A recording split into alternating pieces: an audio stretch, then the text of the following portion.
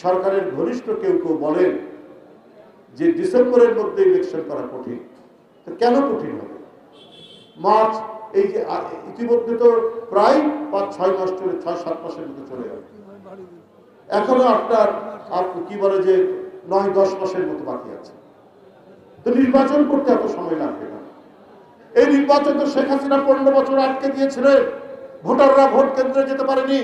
ভোটাররা যাওয়ার আগেই দেখেছে তার ভোট দেওয়া হয়ে গেছে। দিনের ভোট রাত্রে হয়েছে, রাত্রেবেলায় ব্যালট বাক্সগুলো পরিপূর্ণ করা হয়েছে। আমাদের নির্বাচনী ব্যবস্থা, আমাদের নির্বাচনী প্রতিষ্ঠান, আমাদের গণতান্ত্রিক প্রতিষ্ঠান সবগুলো পা দিয়ে দুমড়ে মুচড়ে শেষ করে দিয়েছে শেখ হাসিনা।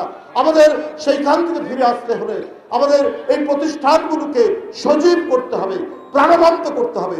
তো এইগুলোর জন্য এত গড়িমসি কেন? কোয়ালিটি সম্পন্ন আন্তর্জাতিক মানের still bar CSRM, committed for better still. কেন এটা কঠিন হবে? নির্বাচন কমিশন যদি সঠিকভাবে কাজ করে তাহলে ডিসেম্বরের মধ্যে, ডিসেম্বর কেন, আপনার জুনের মধ্যে নির্বাচন করা সম্ভব, জুলাইয়ের মধ্যে নির্বাচন করা সম্ভব। কারণ এদেশের জনগণ আজকে 1.5 যুগ ধরে নির্বাচন ভোট দিতে পারে না। আর এইটা নিয়ে গড়িমসি করা হলে জনগণের মধ্যে তো সন্দেহ জাগবে এই অন্তর্বর্তীকালীন সরকারের কাছে প্রতি, যে কেন এই গড়িমসি করা হচ্ছে। আজকে কেউ কেউ বলছেন যে জাতীয় সংসদ নির্বাচন, আরেকটা হচ্ছে গণপরিষদ নির্বাচন একসাথে হতে পারে। ভাই, এগুলো তো আমরা বুঝতে পারছি না। আমরাও কেউ কেউ এখানে আইনের ছাত্র, আইনজীবীরা আছেন নাম করা।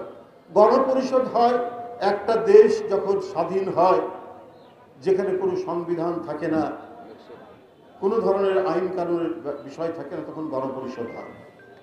তো সেই গণপরিষদ করতে হয় এই কারণে যে তার মাধ্যমে একটা কনস্টিটিউশন রচনা করার জন্য করতে হয়।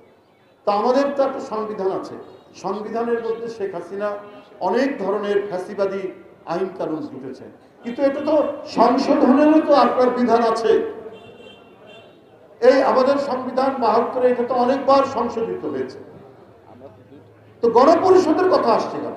গণপরিষদ হয়েছে 71 সালে বিজয়ের পর, আবার 1947 সালে ব্রিটিশের কাছ থেকে যখন পাকিস্তান হয়েছে। এখন আবার গণপরিষদ কেন? এই কথাগুলো জনগণের মধ্যে একটা ধোঁয়াশা তৈরি করছে, একটা বিভ্রান্তি তৈরি করছে। শেখ হাসিনা যে অগণতান্ত্রিক এবং ফ্যাসিবাদী ধারা সংবিধানের মধ্যে সন্নিবেশিত করেছেন, সেটিকে মুছে দিয়ে এটিকে আরো বেশি গণতন্ত্রায়ন, আরো বেশি জনগণের কাছে অ্যাকাউন্টেবল সরকার করার জন্য যা যা করা দরকার সেই আইনগুলা করলেই তো হবে। পুলিশ যাতে কোনো দলের পক্ষপাতিত্ব করতে না পারে, আইন শৃঙ্খলা বাহিনী যাতে সরকারের বাহিনী হয়ে জনগণের উপর অত্যাচার না করতে পারে, সেই সংস্কারগুলো করতে কতক্ষণ সময় লাগে? সেই আইনগুলো করুন।